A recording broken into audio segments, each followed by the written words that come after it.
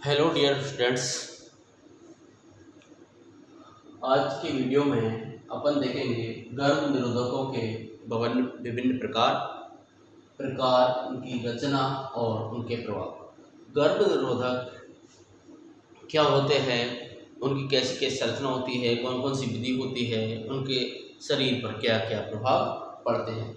गर्भ निरोधकों को जन्म नियंत्रण या प्रजनन क्षमता नियंत्रण भी कहा जाता है। इन गर्भ निरोधकों के द्वारा संतानोत्पत्ति को अर्थात जन्म नियंत्रण किया जाता है, प्रजनन क्षमता का भी नियंत्रण किया जाता है, वो गर्भ निरोधक कहलाते हैं। गर्भ निरोधक की देखते हैं विधि, तो गर्भ निरोधकों की मुख्यतः दो प्रकार की विधि होती है। कौन कौन सी होती है देखते हैं। गर्भ निरोधकों की दो प्रकार की विधि होती है।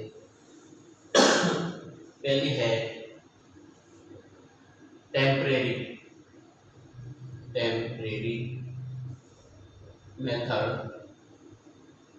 अर्थात अस्थायी विधि। दूसरी है परमानेंट विधि या परमानेंट मेथड या स्थायी विधि।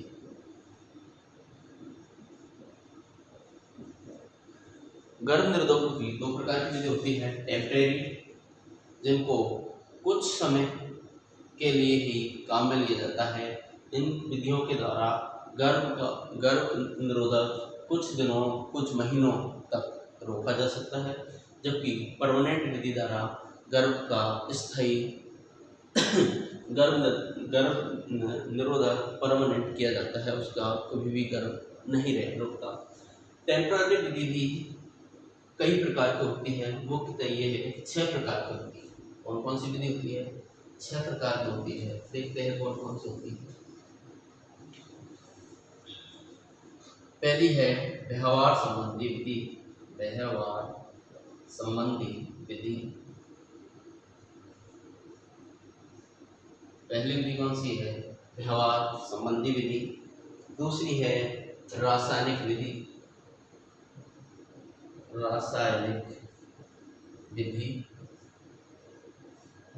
तीसरी है यांत्रिक विधि।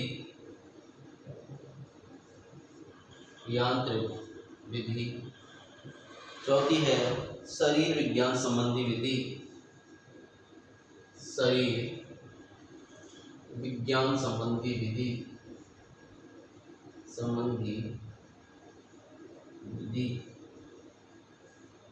और पांचवी है मिश्रित विधि।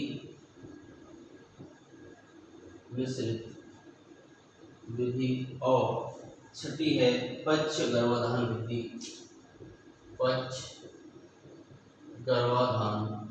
विधि। ये अस्थायी प्रकार की विधि होती है। व्यवहार संबंधी विधि, रासायनिक संबंधी विधि, यांत्रिक विधि, शरीर विज्ञान विधि, मिश्रित विधि एवं पक्ष गर्भाधान विधि। ये की सभी विधियां अस्थायी प्रकार की विधियां होती है।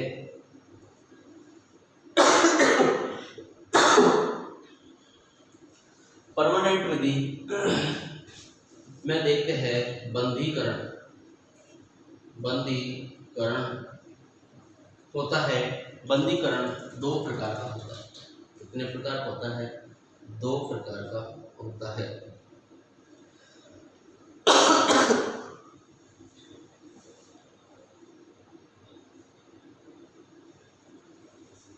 शुक्र वाहिका विच्छेदन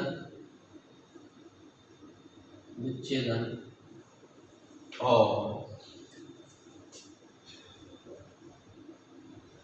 अंड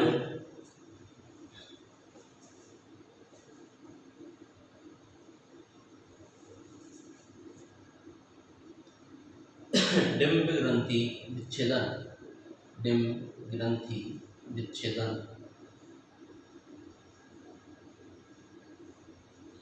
ये गर्भ निरोधकों की अनेक प्रकार की विधियां होती है। अब देखते हैं व्यवहार संबंधी विधि। पहली विधि कौन सी है? व्यवहार संबंधी विधि।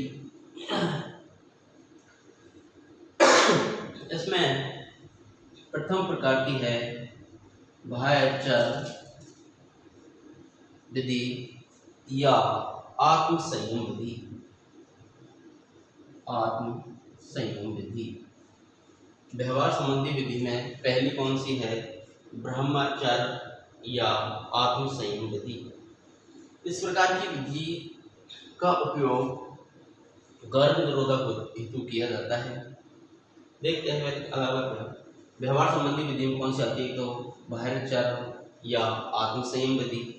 दूसरी आती है मैथुन अवरोध विधि।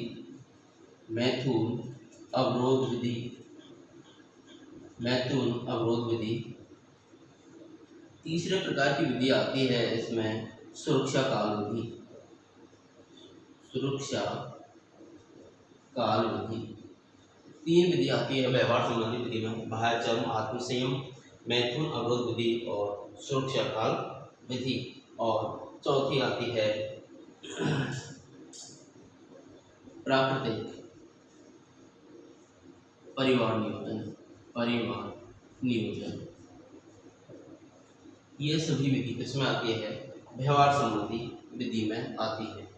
रासायनिक विधि में देखते हैं, पहला है ड्यूस विधि। पहली विधि कौन सी है? ड्यूस विधि। रासायनिक विधि में आती है पहली ड्यूस विधि। दूसरी आती है वर्तिका विधि। वर्तिका विधि। तीसरी आती है गोलियां। तीसरी विधि कौन सी है? गोलियां। और चौथी विधि कौन सी है? जेली या क्रीम। जेली या क्रीम विधि। ये चार प्रकार की विधि रासायनिक विधि में आती है। ड्यूस विधि, वर्तिका विधि और गोलियां एवं जेली समान विधियां। यांत्रिक विधि में देखते हैं, पहली है इसमें निरोध। निरोध विधि के द्वारा गर्भ का निरोधकों का उपयोग किया जाता है। दूसरी है डायाफ्राम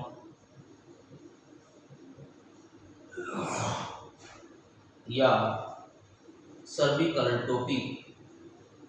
सर्विकल टोपी का उपयोग किया जाता है। रासायनिक विधि, यांत्रिक विधि में निरोध या डायाफ्राम या सर्विकल टोपी का उपयोग किया जाता है। शरीर विज्ञान संबंधी विधि। शरीर विज्ञान संबंधी विधि में देखते हैं, ये सभी मुख द्वारा की जाती है। शरीर विज्ञान संबंधी विधि मुख के द्वारा की जाती है। अनेक प्रकार की गोलियां पाई जाती है। मिश्रित विधि में देखते हैं, मिश्रित विधि में देखते हैं, पहली है मिश्रित विधि। मिश्रित विधि पहली कौन सी होती है? मिश्रित विधि। दूसरी है क्रमिक गोलियां। क्रमिक गोली। मिश्रित विधि क्रमिक गोली। और तीसरी कौन सी है? सूक्ष्म गोलियां। सूक्ष्म गोलियां। तीन विधि मिश्रित विधि में आती है। पक्ष गर्भाधान विधि। पक्ष गर्भाधान विधि देखते हैं, मासिक धर्म का नियमन। पहला कौन सा है? मासिक धर्म का नियमन। मासिक धर्म का नियमन।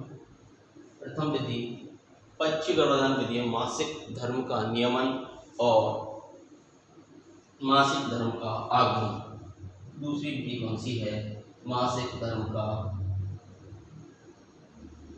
आगमन। ये सभी विधियां हैं जिनके द्वारा गर्भ को रोका जा सकता है। अब देखते हैं प्रथम विधि कौन सी है? व्यवहार संबंधी विधि। इसमें व्यवहार के द्वारा गर्भ का निर्धारण किया जाता है। पहली है ब्रह्मचर्य या आत्म संयम विधि। भारचारण विधि का उपयोग गर्भ निरोधक हेतु किया जाता है। जो विधि सहवास को अपने कई महीनों या कई वर्षों तक रोका जा सकता है या लंबा किया जा सकता है, लेकिन व्यभिचार या आत्मसंयम विधि पूर्ण रूप से सही विधि नहीं मानी जाती। यह विधि परामर्श योग्य विधि नहीं है, क्योंकि प्रथम तो यह घनिष्ठ रूप से साथ रहने वाले पति पत्नी यौन संबंध से वंचित नहीं रह सकते, प्रथम कारण। दूसरा कारण है कि शरीर विज्ञान या मानसिक मनोवैज्ञानिक दृष्टि से ब्रह्मचर्य का पालन लंबी समय अवधि तक नहीं किया जा सकता। अगर ऐसा करते हैं तो दोनों ही पति पत्नियों में मानसिक तनाव उत्पन्न हो जाता है लंबे समय तक सहवास नहीं करने के क्रिया का। इसलिए यह विधि पूर्ण रूप से उपयोगी नहीं है, लेकिन इसका उपयोग करके कुछ समय के लिए गर्भ निरोधन किया जा सकता है। दूसरी है मैथुन अवरोध विधि। इस विधि से सहवास की प्रक्रिया में वीर्य स्खलन से पूर्व पुरुष जनेंद्रियों को स्त्री जनेंद्रियों के अंदर न हो सके। यह मैथुन अवरोध विधि में किया जाता है कि जब सहवास की प्रक्रिया होती है तो वीर्य स्खलन के पूर्व जो पुरुष जनेंद्रिय है वो महिला जनेंद्रिय के अंदर न हो सके, परंतु यह गर्भ निरोधक की संतोषपूर्वक विधि नहीं है। यह भी विधि मनोवैज्ञानिक दृष्टिकोण से पूर्ण नहीं है। तीसरी है सुरक्षा काल का पालन।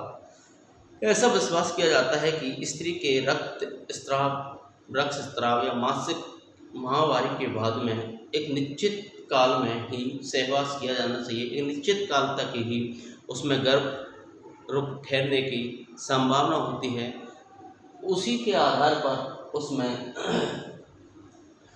सहवास की क्रिया संपन्न की जाती है। अलग अलग महिलाओं में अलग अलग महामारी का समय होता है, उसी के अनुसार सहवास की क्रिया करके उसको गर्भ निरोधकों को रोका जा सकता है। प्राकृतिक सुरक्षा काल विधि मासिक परिवार नियोजन की प्राकृतिक विधि। इस विधि में भी अपन जो दंपत्ति होती है वह गर्भ निरोधकों का प्रयोग करके अपने परिवार नियोजन की पालना कर सकते हैं। दूसरी है रासायनिक विधि। पहली विधि हो गई व्यवहार विधि। ये सभी प्रकार की व्यवहार संबंधी विधियों में उपयोग करके गर्भ निरोधकों का उपयोग किया जा सकता है। रासायनिक गर्भ निरोधक हेतु व्यापक रूप से प्रयुक्त की जाने वाली विधि रासायनिक विधि होती है, अर्थात डंबोत्सर्ग के समय शरीर के तापमान में वृद्धि होती है। इन विधियों के द्वारा कई प्रकार से गर्भ निरोधक किया जा सकता है। पहली विधि है ड्यूस विधि। पहली विधि कौन सी है? ड्यूस विधि। गर्भ निरोधक हेतु व्यापक रूप से प्रयुक्त की जाने वाली रासायनिक विधि को ड्यूस विधि कहते हैं। इस विधि में स्त्री की योनि से वीर्य संबंधी द्रव पदार्थ को सहवास के बाद में निकाला जाता है। गर्भाशय में प्रवेश से पहले शुक्राणु का ड्यूस विधि द्वारा नष्ट किया जाता है। सहवास के बाद में स्त्री की योनि से वीर्य को बाहर निकालने संबंधी जो विधि होती है उसे ड्यूस विधि कहते हैं। दूसरी कौन सी है? वर्तिका विधि। यह एक से अधिक रासायनिक तत्वों से मिलकर बनी होती है। इस विधि के अंदर नारियल का तेल, जिलेटिन और अन्य रासायनिक पदार्थों का एक मिश्रण बनाया जाता है जो सामान्य ताप पर जम जाता है लेकिन बॉडी के टेम्परेचर पर पिघल जाता है। यह सहवास से पहले मादा की योनि में रखा जाता है। जैसे मादा की योनि में रखने के बाद में बॉडी के टेम्परेचर मैथ्यून के सहवास के दौरान मादा की योनि में पिघल जाता है और पिघल करके यह एक पतली सी फिल्म चिकनी लेयर का निर्माण करता है, जिससे मादा की योनि में से गर्भाशय में शुक्राणुओं का प्रवेश को रोकता है, अर्थात वह शुक्राणुओं को नष्ट कर देता है। यह विधि वर्तिका विधि कहलाती है। तीसरी विधि है गोलियां। रासायनिक विधियों में कई प्रकार की बाजारों में गर्भनिरोधक गोलियां मिलती है, जिन्हें मुख्य द्वारा ली जाती है। पूर्ण रूप से यह रासायनिक गर्भनिरोधकों का उपयोग गोलियों के द्वारा किया जाता है। गोलियां योनि में घुसकर एक प्रकार की गैस उत्पन्न करती है, जिससे झाग उत्पन्न होते हैं और यह झाग युक्त रासायनिक पदार्थ यांत्रिक गर्भनिरोधक का कार्य करता है, अर्थात यह सदैव ऐसा ही होता है जिससे गर्भनिरोधकों को रोकता है। चौथा है जेली या क्रीम। रासायनिक पदार्थों के रूप में जेली या क्रीम का प्रयोग किया जाता है। यह स्वयं ही ठोस अर्धठोस चिकनाई युक्त होती है, इन्हें घुलने की आवश्यकता नहीं होती। योनि की नलिका या गर्भाशय के द्वार पर फैलकर एक चिकना पदार्थ बना देती है, चिकनी लेयर बना देती है और ये शीघ्र ही नष्ट होने वाले ऐसे ट्यूब में पाए जाते हैं, जो कि शुक्राणुओं को योनि से गर्भाशय में जाने से रोक करके गर्भनिरोधकों का कार्य करती है। तीसरी विधि देखते हैं यांत्रिक विधि निरोध। यह पुरुष और महिला दोनों के लिए ही अवेलेबल होता है। निरोध यह सबसे सामान्य गर्भनिरोधकों की विधि होती है। महिलाओं के लिए भी निरोध अवेलेबल होते हैं और पुरुषों के लिए भी निरोध उपयुक्त होते हैं। निरोध प्रमुख कार्य करता है, यह वीर्य का संग्रह करता है, योनि में जाने से रोकता है और दूसरा संक्रमण फैलने से भी बचाने का कार्य करता है। इस प्रकार यह निरोध का कार्य। डायफ्राम या सर्विकल टोफी। डायफ्राम को योनि में कर्ण रेखावत कर लगाया जाता है। ये मुलायम रबर या नमनीय धातु स्प्रिंग की परिधि के चारों तरफ लगी होती है। इसका आकार अर्धगोलाकार होता है। किसी स्त्री को किसी आकार का डायफ्राम चाहिए यह निर्णय स्त्री की जनेंद्रियों का परीक्षण करने के पश्चात ही लगाया जाता है और उसे उसी के आधार पर स्त्रावित किया जाता है। इस प्रकार डायफ्राम या सर्वाइकल टोपी के द्वारा भी गर्भनिरोधकों का रोका जाता है। शरीर विज्ञान संबंधी गोली मुख के द्वारा की जाती है। इसमें कई प्रकार की गोली पाई जाती है, जैसे मिश्रित गोली, कृमिक गोली और सूक्ष्म गोली। ये तीनों प्रकार की गोली पाई जाती है। मिश्रित गोली, यह गोली में लगभग मिश्रित गोली पहले आती है। मिश्रित गोली इस गोली में ऑस्ट्रोजन और प्रोजेस्टेरोन दोनों प्रकार के हार्मोनों की मात्रा 50 मिलीग्राम पाई जाती है। ये गोली मुंह के द्वारा मासिक धर्म के प्रारंभ होने से के 5वें दिन से और 21वें दिन के बीच में ली जाती है। ये केवल मासिक धर्म के 5वें दिन से 21वें दिन के बीच ली जाती है, जिससे गर्भ निरोधक का गर्भ का निर्धारण नहीं होता। इसमें ऑस्ट्रोजन और प्रोजेस्टेरोन दोनों ही प्रकार के हार्मोन पाए जाते हैं। देखते हैं दूसरे प्रकार की गोली कौन सी है। कृमिक गोली। इस प्रकार की गोली में केवल ऑस्ट्रोजन नामक हार्मोन ही पाया जाता है। इसमें केवल ऑस्ट्रोजन नामक हार्मोन ही पाया जाता है। कृमिक गोली में यह भी गर्भनिरोधक की गोली होती है। यह मासिक धर्म के 5वें दिन से 14वें या 16वें दिन के बीच ली जानी चाहिए। तीसरी प्रकार की है सूक्ष्म गोलियां। इस प्रकार की गोलियों में केवल प्रोजेस्टेरोन नामक हार्मोन ही पाया जाता है। सूक्ष्म गोलियों में केवल प्रोजेस्टेरोन नामक हार्मोन ही पाया जाता है। इस गोलियों न्यून मात्रा में इस गोली का प्रयोग 30 दिन के लिए किया जाता है। 30 दिन के लिए किया जाता है। 30 दिन तक गर्भ का निर्धारण नहीं होता। अब देखते हैं पंच गर्भाधान विधि। मासिक धर्म का नियमन, मासिक धर्म का आगमन, दो प्रकार की विधि होती है। इसके बाद देखते हैं परमानेंट मेथड, स्थायी विधि। इन विधियों में बंदीकरण की क्रिया की जाती है। पुरुष और महिला दोनों में ही बंदीकरण की प्रक्रिया होती है। पुरुष में शुक्र वाहिका नलिका को काट दी जाती है, जिससे शुक्राणु आगे नहीं जा पाते हैं। उसे कहते हैं शुक्र वाहिका विच्छेदन या वैसेकोटोमी विधि कहते हैं। ये शुक्र वाहिनी विच्छेदन कहते हैं। डिम्ब ग्रंथि विधि, इसमें अंडवाहिनी को काट दिया जाता है, उसका विच्छेदन कर दिया जाता है, जिससे अंडे आगे नहीं जा पाते। इसे डिम्ब वाहिनी कहते हैं, विच्छेदन कहते हैं। अर्थात इस प्रकार से शुक्र वाहिका विच्छेदन और डिम्ब ग्रंथि विच्छेदन स्थायी बंदीकरण विधि है। इस प्रकार इन सभी विधियों के द्वारा गर्भ निरोधकों का प्रयोग किया जाता है। इनकी अलग अलग रचना होती है, कैसी इनके साइड इफेक्ट्स भी होते हैं। Thank you.